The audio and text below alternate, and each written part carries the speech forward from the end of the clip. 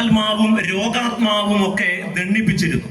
Although the exact number of people in the crowd is not specified, it is clear that Jesus healed all who were present.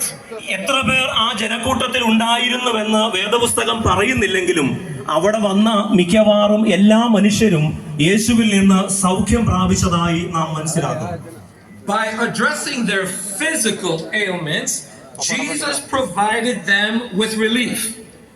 ശാരീരിക സൗഖ്യത്തിലൂടെ അവർക്ക് ദൈവം യേശു ഒരു വലിയ ആശ്വാസം നൽകുകയാണ്.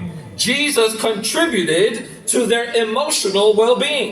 യേശു അവരുടെ വൈകാരിക സൗഖ്യത്തിന് ഊന്നൽ നൽകുന്നുണ്ട്. And Jesus helped restore their place within their communities. അതിലൂടെ ഓരോരുത്തരും ഉൾപ്പെടുന്ന സമൂഹത്തിൽ അവർക്ക് നഷ്ടപ്പെട്ടിരുന്ന സ്ഥാനത്തെ തിരികെ നൽകുകയാണ്.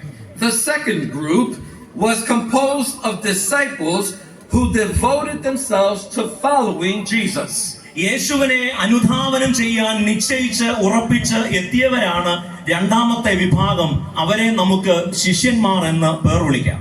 Unlike mere listeners, disciples actively sought to learn from Jesus, aiming to absorb his teachings.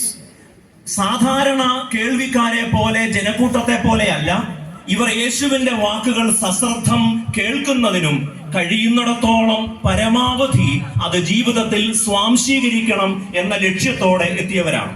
This learning process was essential for them as it empowered them to reshape their thoughts and behaviors in alignment with God's will.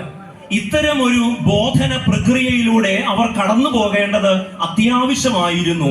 കാരണം അവരുടെ ജീവിതത്തെയും പെരുമാറ്റത്തെയും യേശു ക്രിസ്തുവിലൂടെ അനാവരണം ചെയ്യപ്പെട്ട ദൈവഹിതത്തിന് അനുരൂപമാക്കുന്നതിന് അത് അത്യാവശ്യമായിരുന്നു.